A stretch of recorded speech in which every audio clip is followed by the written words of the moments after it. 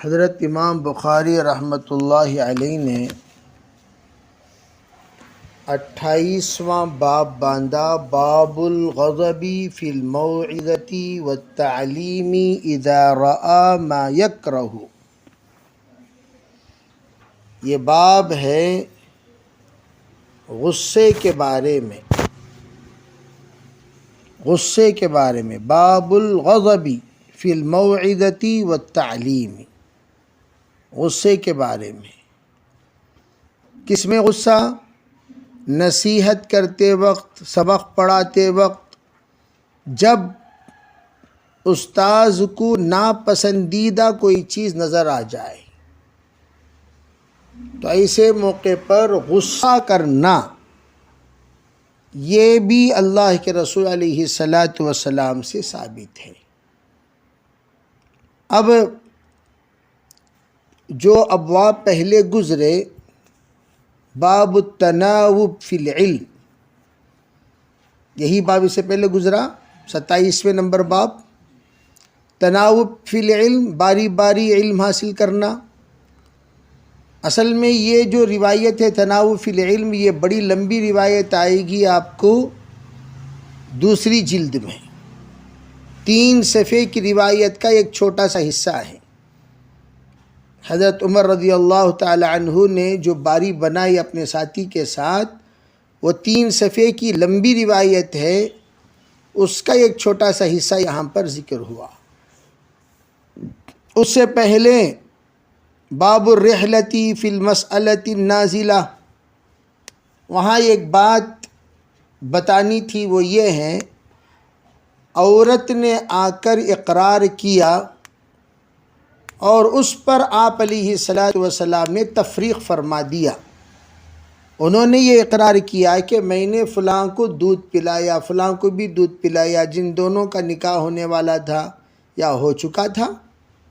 جو ہی یہ بات معلوم ہوئی تو فوراً دونوں کے درمیان تفریق کر دی گئی کہ یہ رضائی بھائی بہن ہیں، ان کے درمیان نکاح نہیں ہوگا۔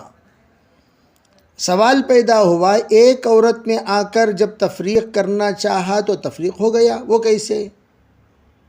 حالانکہ امام ابو حنیفہ رحمۃ اللہ علیہ فرماتے ہیں تفریق کے لیے 2 مرد چاہیے یا 1 مرد 2 عورت چاہیے۔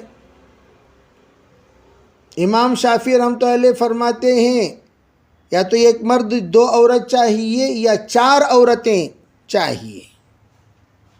امام مالک فرماتے ہیں 2 عورتیں بھی کافی ہیں۔ امام احمد بن حنبل فرماتے ہیں 1 بھی عورت چلے گی۔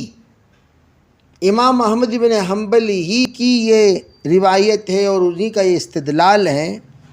اسی روایت کو رکھ کر انہوں نے فرمایا کہ دیکھو ایک ہی عورت کہہ رہی ہے اور اس پر فیصلہ ہو گیا۔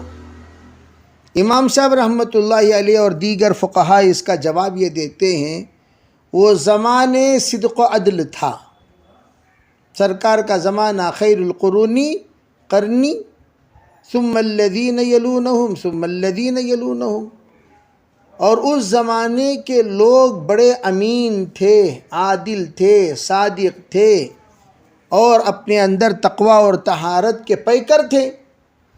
جب اس زمانے کے لوگ اقرار کریں تو ان سے جھوٹ کا کوئی شائبہ نہیں ہو سکتا، تو اس لیے اس زمانے کی ایک خاتون کے اقرار پر اس بات کا فیصلہ کر دیا گیا ہے کہ آپ دونوں جدا ہو جائیں۔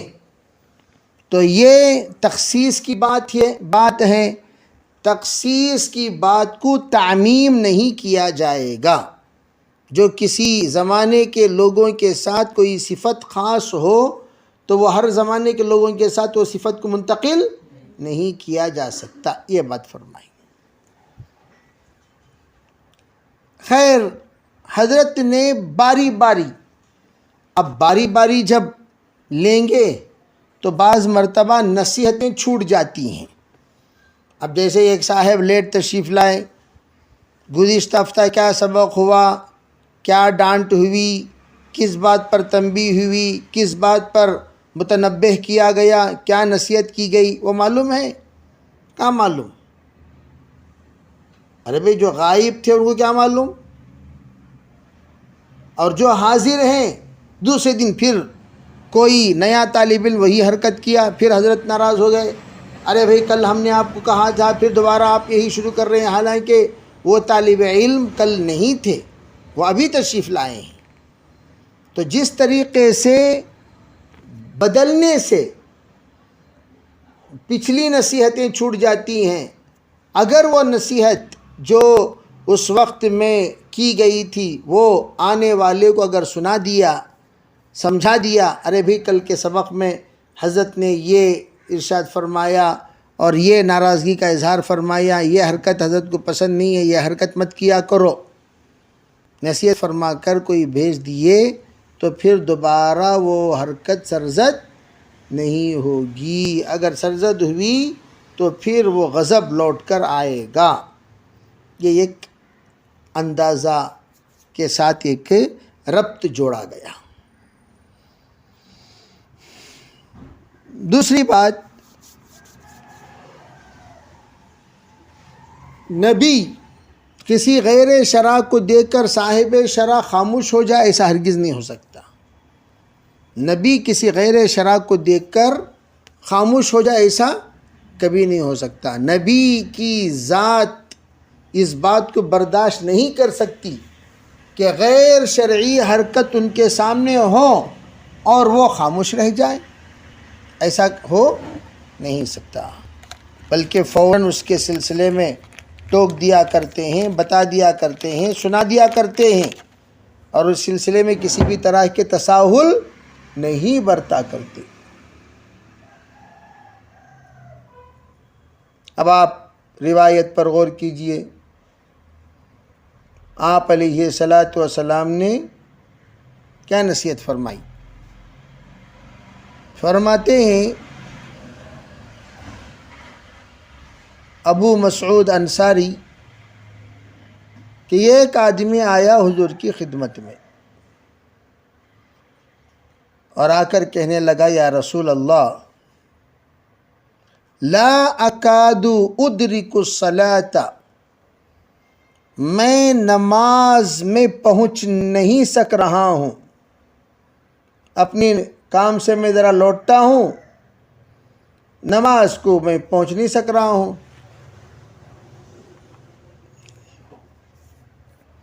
کیوں نہیں پہنچ رہا ہوں؟ میں کام سے آیا تھکا ماندہ، عشاء کی نماز پڑھنے کے لیے جانا چاہتا ہوں، امام صاحب کی قرات اتنی لمبی اتنی لمبی اتنی لمبی، عشاء میں انہوں کم از کم یاسین واقعات تبارک پڑھ دیتے ہیں، اور ہم لوگ تھکے ہوئے، اب سوچے کہ ایسی نماز پڑھنے سے بہتر گھر میں 2 رکعت 4 رکعت پڑھ لو اور جلدی سے آرام کرو۔ اتنی لمبی نماز پڑھاتے ہیں حضور، کیا بتاؤں کہ مجھے نماز میں پہنچنا ہی نہیں ہو رہا ہے۔ کیوں؟ مما یطول بنا فلان،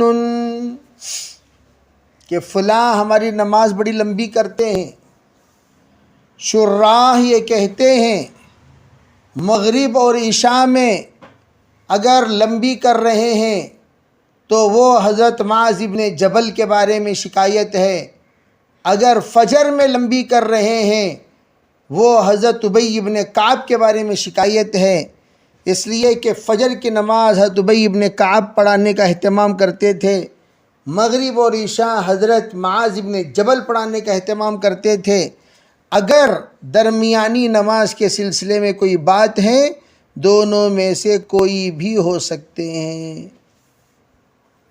بعض نے اس کا الٹا فرما دیا، بعض شراح نے، جس میں امام قسطلانی، انہوں نے بھی اس بات کی چوک کر دی، انہوں نے الٹا کہہ دیا فجر کی نماز معاذ ابن جبل اور مغرب اور عشاء ابی ابن کعب، یہ ان سے چوک ہے، یہ ان سے بھول ہے، یہ ذلت الاقلام میں سے ہیں، ذلت الاقلام میں سے قلم پسل کر ایسی باتیں لکھ دی گئیں، ورنہ ظہر کی نماز عصر کی نماز دونوں میں سے کوئی بھی حاضر ہوتے تو پڑھا دیا کرتے تھے، یا حاضرین میں سے کوئی بھی پڑھا دیا کرتے تھے۔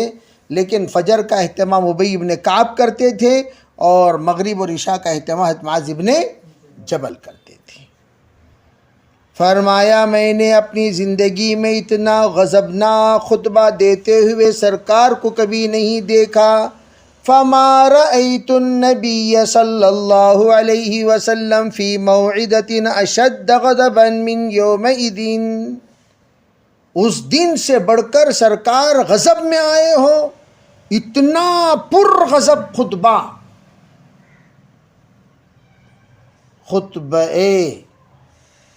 خطبہ جلالی، خطبہ جلالی سرکار کو کبھی دیکھتے ہوئے اتنا غصے میں۔ فقال ایھا الناس، حضرت نے فرمایا اے لوگو جمع ہو جاؤ، میں تم سے کچھ کہنا چاہتا ہوں۔ جب آپ ناراض ہوتے ہیں تو یا ایھا الناس کہتے ہیں، کب؟ تاکہ یہ حکم میں کوئی تخصیص نہ رہے، اے لوگو سب سے کہہ رہا ہوں، سب سے کہہ رہا ہوں۔ تم یوں مت سمجھو کہ میں کسی ایک سے خطاب کر رہا ہوں، کسی دو سے خطاب کر رہا ہوں، کسی چند سے خطاب، نہیں نہیں نہیں، سب سے، سب کو میں وارننگ دے رہا ہوں، وارننگ۔ اللہ اکبر، کیا وارننگ دی؟ انکم منفرون، تم لوگ نفرت پیدا کرنے والے ہو۔ کون ہو تم لوگ؟ نفرت پیدا کرنے والے۔ فمن صلی بالناس، جو لوگوں کی امامت کرے، فلیخفف، اس کو چاہیے کہ نماز ہلکی پڑھایا کرے، نماز ہلکی پڑھایا کرے، نماز ہل کے پڑھایا کرے۔ کوئی ترجمہ کر دیا ہلکی کو ہل کے نماز پڑھاتے سیم کو الحمدللہ رب العالمین الرحمن الرحیم۔ اب دے کیا جی کرو، نہیں، حدیث پاک میں ہے کہ ہل کے نماز پڑھا کرو، ہل کے نماز پڑھا کرو، تو یہ ہلکے کیا ہلک نماز پڑھنا سو کہ بھائی کیا مطلب؟ کم مختصر قرات کیا کرو۔ کیوں حضرت؟ ہمیں لوگ صحابہ نہ، حضرت صحابہ کو آپ جانتے ہیں، صحابہ کو کتنا تقوی طہارت۔ نہیں حضرت میں آ کر چھوٹی نماز پڑھانے کا عادی نہیں ہوں، بڑی لمبی نماز، بڑا مزہ ملتا ہے۔ فرمایا آپ نے ہلکی نماز پڑھایا کرو، کیوں؟ تم انفرادی طور پر جتنی لمبی پڑھنا چاہتے ہو پڑھ لو، لیکن جماعت کی نماز جب پڑھائے تو غور سے سنو۔ فَإِنَّ فِيهِمُ الْمَرِيضَ وَالضَّعِيفَ وَذَا الْحَاجَةِ، فرمایا اس لیے کہ وہ مصلیوں میں کبھی کوئی بیمار انسان ہوتا ہے، کبھی کوئی بوڑھا انسان ہوتا ہے، کبھی کوئی حاجت روا ہوتا ہے۔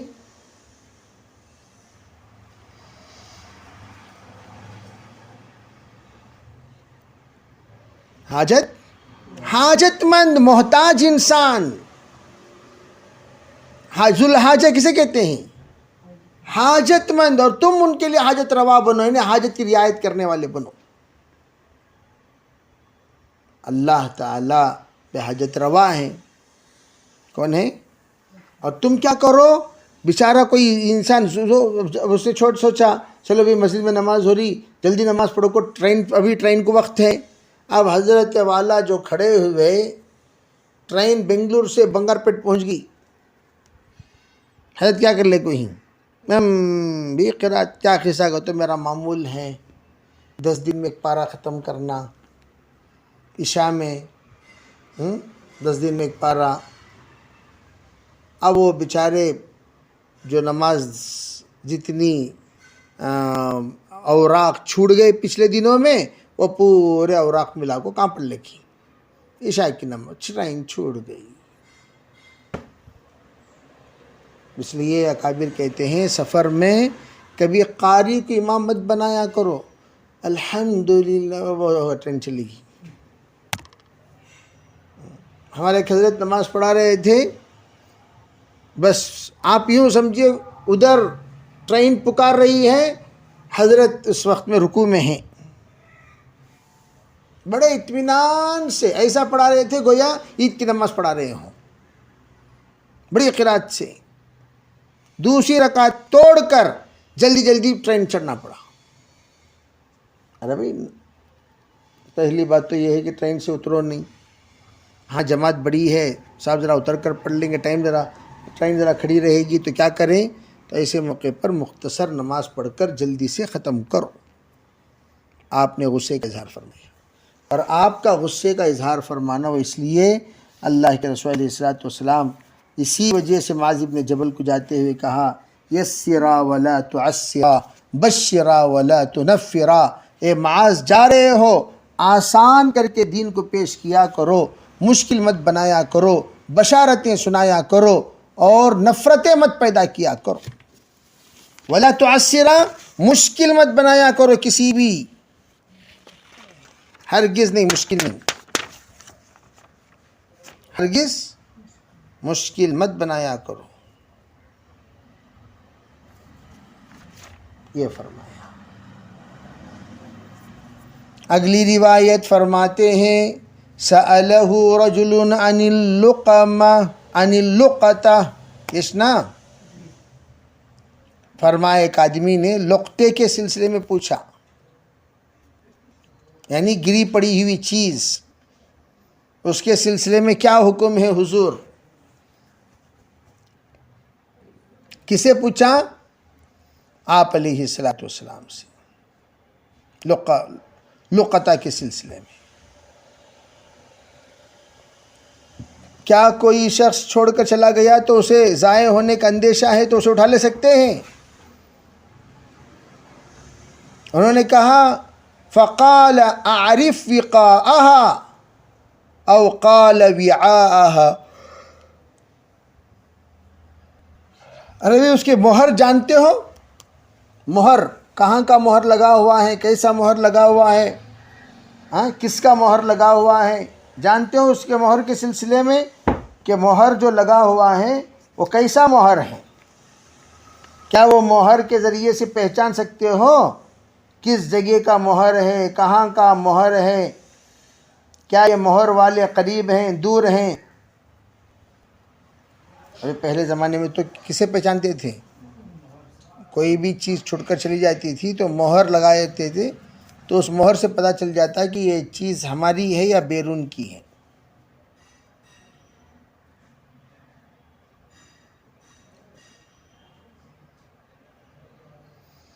یہ نسخے میں ہے وعاءہا، کیا اس برتن کو جانتے ہو؟ یعنی وہ جو کور جس کے اندر یہ چیز موجود ہے کیا اسے جانتے ہو؟ اور پوچھا افاسہا، افاس کسے کہتے ہیں؟ افاس اصل میں کہتے ہیں کہ اس چمڑی کو، وہ ٹکڑے کو جو اس تھیلی کے ساتھ جڑی ہوئی ہے، لگی ہوئی ہے، اس میں کچھ نام، کچھ نشانی لگی ہوئی رہتی تھی، کیا جانتے ہو؟ فرمایا ثم عرفہا، پھر اس کے بعد تم اس کو پہلے جاننے کی کوشش کرو، پہلے اس کی جانکاری لگاؤ، یہ تھیلی کہاں کی ہے، یہ چیز کہاں کی ہے، اور یہ مہر کہاں کا ہے. پھر اس کے بعد عرفہا سنتن، یہ 1 سال تک اس کا اعلان کیا کرو. کیا کرو بھائی؟ اعلان پورا کرنا.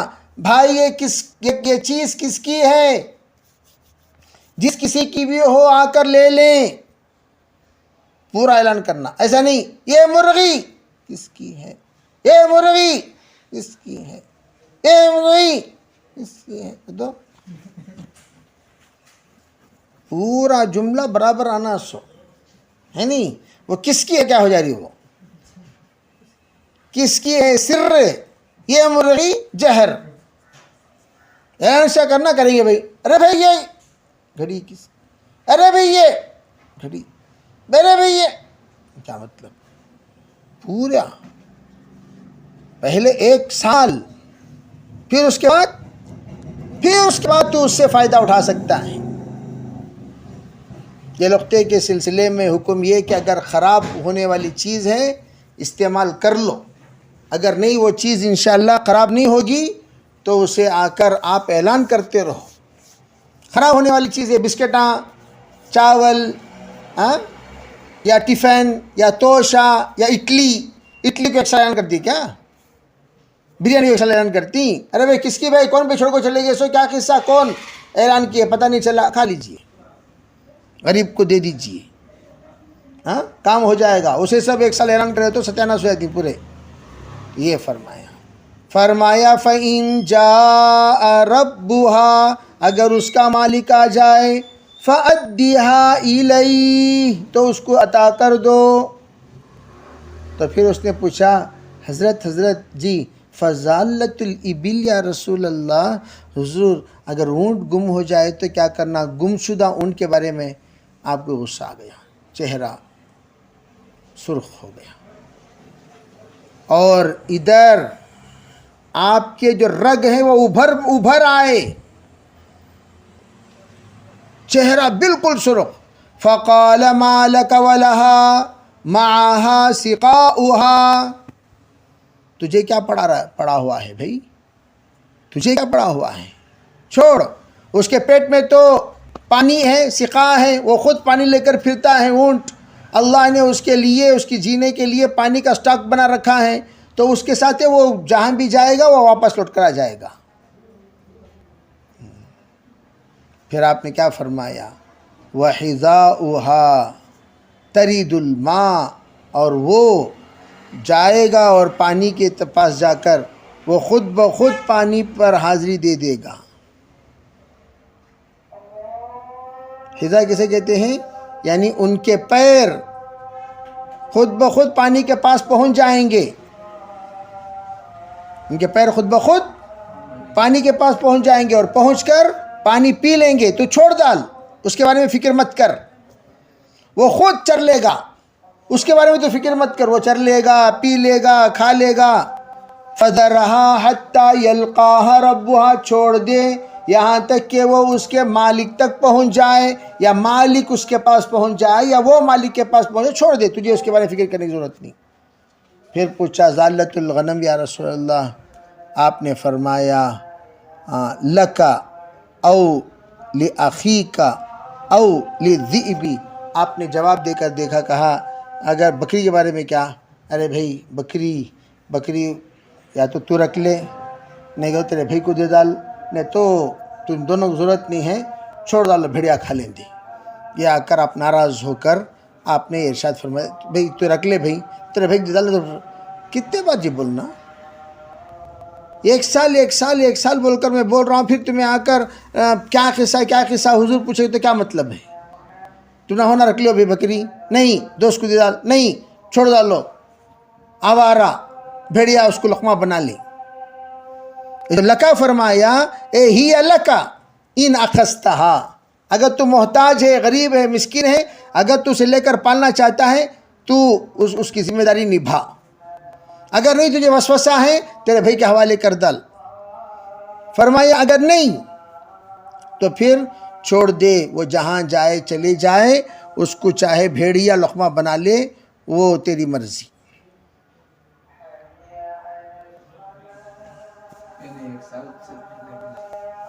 نہیں، یہ اصل میں آپ علیہ السلام کا یہ کہنا، یہ اگر تو ایک سال پال سکتا ہے پال، نہیں پال سکتا، جو پال سکتے ان کو دے ڈال، نہیں چھوڑ ڈال لو، انہوں جا کر کاندھیب چر لیتی، جیسے اونٹ کے بارے میں آپ نے فرمایا، نہیں چھوڑ ڈالو، کاندھیب چر لیتی، اس کی ذمہ داری کیا؟ روڈ پر کس کی میں بکری ہے، پکڑو بنو بھائی، تو کہ پکڑو بنیا بھائی، تو اٹھایا تو اسے تو ذمہ دار بنتا ہے، اٹھاؤ مت، چھوڑ دو اپنی جگہ پر، وہ بکری جہاں جانا چلی جائے گی۔ اگلی روایت میں آپ علیہ السلام سے جس وقت بہت ساری چیزوں کے بارے میں سوال کیا گیا تو آپ علیہ السلام نے اس کو ناپسند فرمایا۔ کب؟ فلما اکثر علیہ الغضب، جب آپ علیہ السلام پر غصہ زیادہ ہونے لگا، ثم قال للناس، آپ علیہ السلام سے آپ نے فرمایا سلونی عما شئتم، جو چاہے تم سوال کرو مجھ سے، کوئی حرج نہیں۔ لیکن ایک بات یاد رکھو، ایک آدمی کھڑا ہوا فوراً کیا پوچھنے لگا؟ دیکھیے، کہنے لگا رجل من ابی، تو وہ کھڑے ہو کر پوچھنے لگا اللہ کے رسول ذرا بتائیے میرا باپ کون؟ فرمایا تیرا باپ تو حذیفہ ہے۔ دوسرا کھڑا ہوا، حضرت میرا باپ کون؟ میرا باپ کون؟ آپ نے فرمایا تیرا باپ سالم ہے جو شیبہ کا آزاد کردہ غلام ہے۔ حضور، تیسرا کھڑا ہوا، حضرت عمر رضی اللہ تعالی عنہ نے آپ صلی اللہ علیہ وسلم کے چہرے پر غضب کو دیکھا، کہنے لگے یا رسول اللہ انا نتوب الی اللہ، یا رسول اللہ ہم اللہ سے توبہ کرتے ہیں، جو سوال نہیں کرنا چاہیے تھا وہ سوال ہم نے کر دیا، معذرت چاہتے ہیں، آئندہ ایسی حرکت ہم نہیں کریں گے۔ تو اس سے پتہ چلا آپ علیہ السلام ناراض اس لیے ہوئے کہ اللہ نہ کرے تم سوال کرو اور میں کہہ دوں کوئی اور جواب، اور تو تیری ماں متہم ہو جائے گی۔ کون متہم ہو جائے گی؟ تیری ماں متہم ہو جائے گی، اور میں کسی کو متہم کرنا نہیں چاہتا۔ اس لیے آپ علیہ السلام نے ناراضگی کا اظہار فرمایا، یہ ایسے سوال مت کرو۔ قرآن پاک کی آیت نازل ہوئی ان تبد لکم تسوکم، اگر اس کا جواب دیا جائے تو تمہیں برا لگے۔ تو جس کا دنیا اور آخرت میں کوئی فائدہ نہیں، ایسا سوال کرنا بے جا ہے، بے ضرورت ہے۔ اللہ سمجھ نصیب فرمائے۔